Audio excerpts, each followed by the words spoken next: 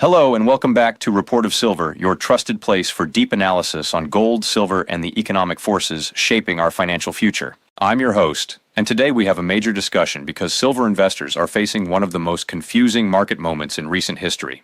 Prices have dropped sharply from earlier highs, fear is spreading, and many investors are asking the same question: is silver weakening, or is this the biggest buying opportunity we have seen in years? Stay with me until the end, because today we are going to break down exactly what is happening behind the scenes, and why the smart money may be telling a very different story than the price on your screen.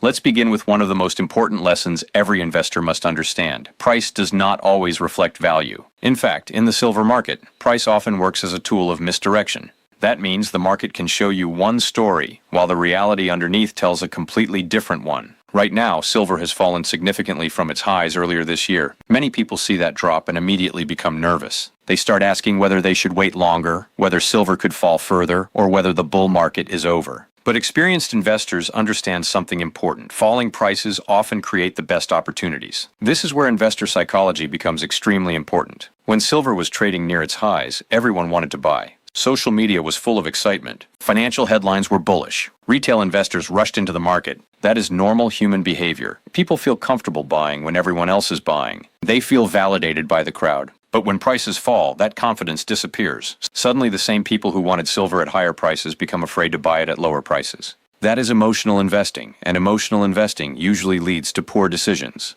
The most successful investors do the opposite. They learn to separate emotion from strategy. They understand that when an asset goes on sale, that often creates opportunity, not danger. Think about it this way. If your favorite product goes on sale in a store, you do not panic. You buy more because the value is better. Yet in investing, many people react differently. They see lower prices as a warning sign instead of a discount. That mindset keeps many investors from building real wealth. Now let's talk about what is really happening in silver. Despite the price decline, the fundamental story has not changed. In fact, many analysts argue the fundamentals have become even stronger. Global debt continues to explode. Governments around the world are spending at unsustainable levels. Geopolitical tensions are rising. War risks are increasing. Inflation pressures remain alive. These are exactly the kinds of conditions that historically support precious metals. But there is another major factor, and that is physical demand. While paper traders may be selling silver contracts, physical buyers are doing something very different. They are accumulating. Around the world, large institutions, sovereign buyers, and long-term investors are quietly taking delivery of real metal. This is a critical difference. Paper silver can be traded in seconds. Physical silver requires real supply, real storage, and real ownership. When major players choose physical silver, that sends a powerful signal. This is why many professionals are paying close attention to what is happening inside the physical market, rather than focusing only on spot price.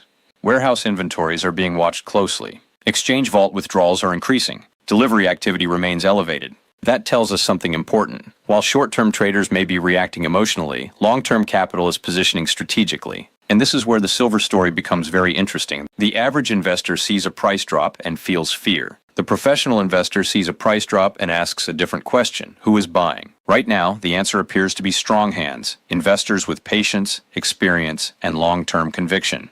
So as we move forward in this analysis, remember this key point. Silver's recent decline may not be a sign of weakness at all. It may actually be a transfer from emotional hands to strong hands. And if that is true, then what we are witnessing today may not be the end of the silver story. It may simply be the beginning of the next major move upward. Now let's go deeper into what may have caused this sharp sell-off in silver, because understanding that is critical. Many investors automatically assume that when a market drops, something must have gone fundamentally wrong. But according to several institutional analysts, including major banking reports, this recent silver collapse was not driven by weak fundamentals. It was driven by market structure. That is a very important difference. What does that mean? It means the price fell not because demand disappeared, or because silver suddenly became less valuable. Instead, the drop was caused by leverage, margin calls, and forced selling. Let me explain that in simple terms. In today's market, many large traders do not buy silver outright. They use borrowed money, also called leverage, to control much larger positions than they could normally afford. This allows them to profit faster when prices rise, but it also creates major risk. When silver was rising earlier this year, leveraged traders piled into the market aggressively. Many thought prices would continue climbing, but once silver started falling, those same leveraged positions became dangerous. Brokers began issuing margin calls, which means traders had to deposit more cash immediately to keep their positions open. Many could not do that, so they were forced to sell. That selling created more downward pressure. As prices fell further, more margin calls were triggered. That created even more selling. This is what analysts call a liquidation cascade. It becomes a chain reaction. Selling creates more selling.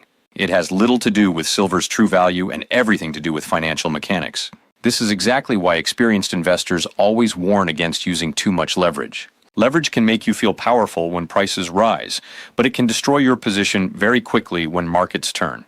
And that is what we likely saw here. At the same time, large silver ETFs were also forced to rebalance. Many exchange-traded funds use formulas that require them to buy when prices rise and sell when prices fall. That sounds backward, but that is how their systems work. So when silver started dropping, these funds were automatically selling into weakness, adding even more pressure. Now here's the fascinating part. While all this forced selling was happening in the paper market, physical buyers were doing the opposite. Countries like China were importing massive amounts of silver. In fact, recent customs data showed record silver imports. Think about that carefully. While the West was panic selling paper contracts, the East was aggressively buying real physical silver. That tells us something very important. It tells us that sophisticated buyers may see this price weakness as temporary. They are not reacting emotionally.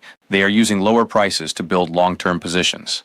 Another major development is happening inside the Comex system. Comex is one of the main futures exchanges where silver is traded. Recently, large amounts of physical silver have been leaving Comex vaults. That matters because when silver leaves the exchange system, it usually means someone wants direct ownership, not paper exposure. Why would large players remove physical silver from the exchange? Because they want possession. They want control. They may not trust the system. Or they may believe silver will become harder to obtain in the future. That is why many analysts are watching vault withdrawals very closely. It suggests that beneath all the price volatility, real demand remains strong. And here is the key lesson. Market price can lie in the short term. Paper markets can create fear. Headlines can create panic. But physical movement tells the truth. Right now, that truth appears to be this. Strong hands are accumulating silver, while weaker hands are being shaken out. This is why many experienced silver investors are not discouraged by the recent drop. In fact, many are becoming more confident. They understand that temporary weakness often creates long-term opportunity. So the big question is no longer, why is silver down? The better question is, who is quietly buying while everyone else is afraid? That answer may tell us where silver goes next. Now let's focus on one of the most powerful signals in the silver market today: physical demand. This is where the real story becomes impossible to ignore. While many investors are watching the daily price chart and reacting emotionally, some of the biggest players in the world are doing something very different. They are taking delivery of real silver. That matters because there is a major difference between paper silver and physical silver. Paper silver is easy to trade. You can buy and sell contracts in seconds. But physical silver is real metal. It must be mined, refined, transported, stored, and delivered. It has limits. You cannot create unlimited physical silver with the push of a button. And that is exactly why current vault movements are so important. Over the past several months, massive amounts of silver have been leaving major exchange vaults, especially Comex. That should get every investor's attention. When silver leaves the exchange, it often does not come back quickly. It moves into private ownership, long-term storage, industrial use, or sovereign reserves. This is not normal retail behavior. This is institutional behavior. Think about it this way. If silver were truly weak, why would large entities be removing millions of ounces from the system? Why would they spend enormous amounts of money to secure physical metal if they believed prices were headed much lower? The answer is simple. They likely see value that the public is missing. And this is not just happening in one place. China has become one of the biggest examples. Recent import data shows that China imported record levels of silver while prices were falling. That is not coincidence. That is strategic buying. China understands something many retail investors do not. Silver is not just an investment metal. It is also an industrial metal. It is essential in solar panels, electronics, military systems, electric vehicles, batteries, and advanced technology. Demand is growing across multiple sectors. That means silver has two powerful demand engines: investment demand and industrial demand. Very few assets have that combination. Gold is primarily a monetary metal. Copper is primarily an industrial metal. Silver is unique because it serves both roles. It protects wealth, but it also powers technology. That makes silver incredibly important in today's world. And yet, despite this growing demand, silver supply remains tight. Mining growth has not kept pace. New discoveries are limited. Production costs continue rising. Many primary silver mines are struggling with lower ore grades and operational challenges. In simple words, more people want silver, but there is not enough new silver entering the market fast enough. That creates a structural supply problem. Now add another factor. Governments are beginning to recognize silver as a critical mineral. That is a major shift. Once governments classify a resource as critical, it means they understand its strategic importance. That often leads to stockpiling, policy changes, and increased competition for supply.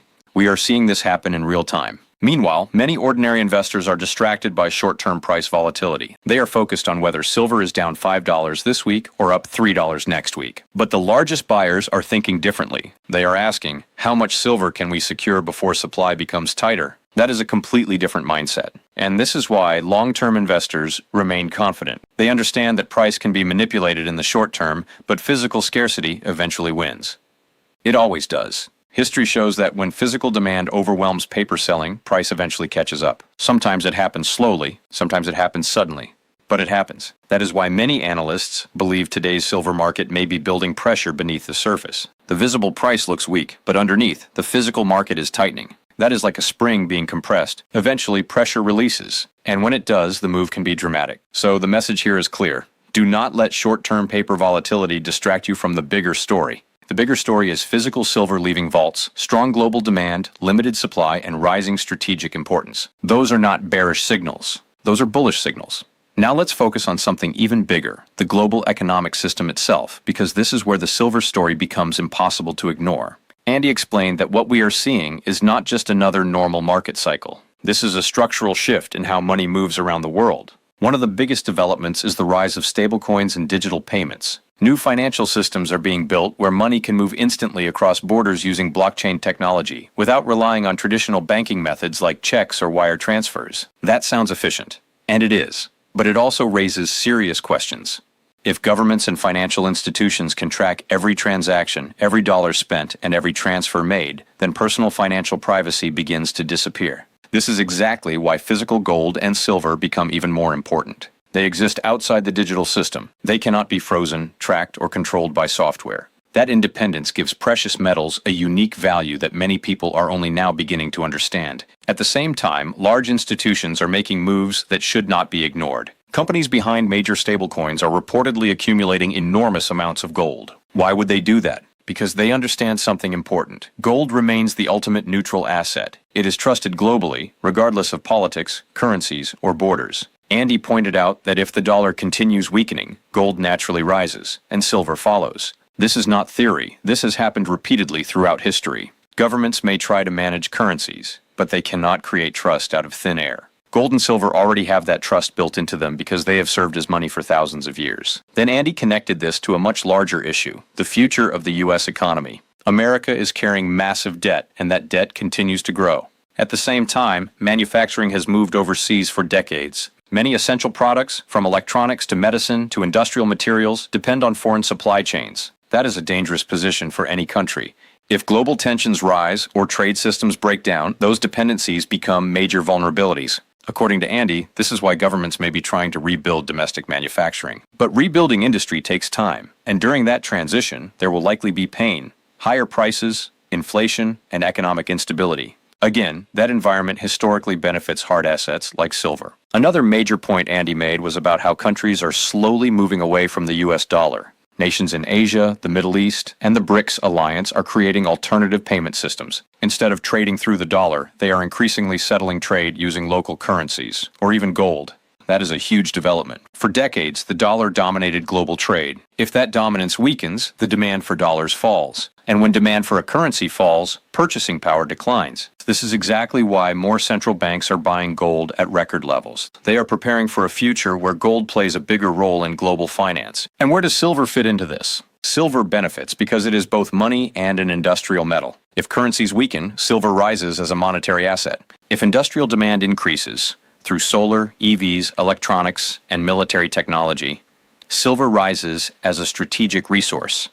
That gives silver two powerful demand drivers at the same time. Few assets have that advantage. Andy's message was simple. People who only watch price charts are missing the real story. The biggest players in the world are not panicking. They are accumulating. They understand that these global shifts, digital money, rising debt, weakening currencies, and changing trade systems, are creating the perfect long-term environment for precious metals. That is why smart investors are not waiting for headlines to tell them what to do. They are positioning early, because when the public finally understands what is happening, the price of silver may already be far higher than it is today. As we close this discussion, the biggest takeaway from Andy's message is simple. Ignore the noise and focus on the fundamentals. Every day, the market tries to distract investors with short-term price swings. One day silver drops sharply, the next day it rebounds. That creates fear, confusion, and emotional decisions. But the smartest investors do not react emotionally. They step back and ask a much more important question: what has actually changed? And according to Andy, nothing has changed that would weaken silver's long-term outlook. In fact, the opposite is true. The reasons to own silver today are stronger than ever. Let's look at the evidence.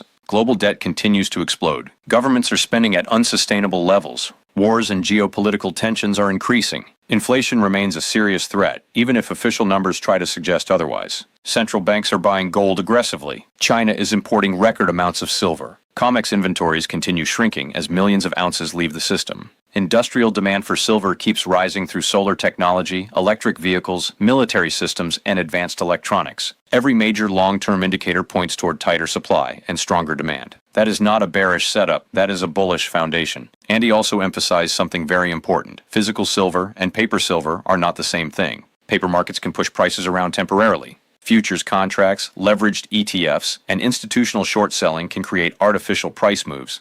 But eventually, physical reality wins. If enough investors demand delivery of real silver, the system gets stressed. We are already seeing signs of that stress through vault withdrawals and delivery volumes. That tells us the disconnect between paper price and physical value is growing wider. And historically, those disconnects do not last forever. Another point Andy made is about mindset. He said lower prices should not be viewed as weakness. They should be viewed as opportunity. Think about that. When silver was over $100, everyone wanted to buy because they believed it would go higher. Now that it has corrected, many people are afraid.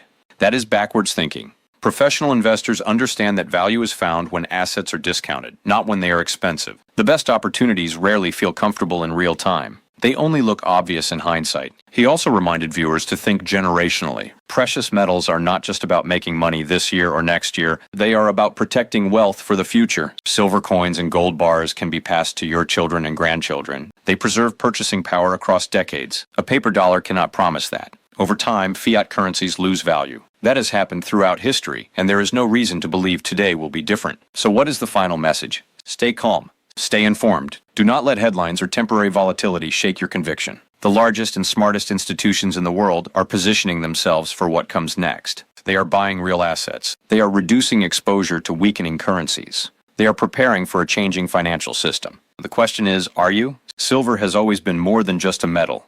It is protection, it is insurance, it is financial freedom outside the system. And if Andy is right, and many signs suggest he is, today's prices may one day look incredibly cheap. This is why serious investors continue stacking, not because of fear, but because they understand value before the crowd does. And in the years ahead, that understanding may make all the difference.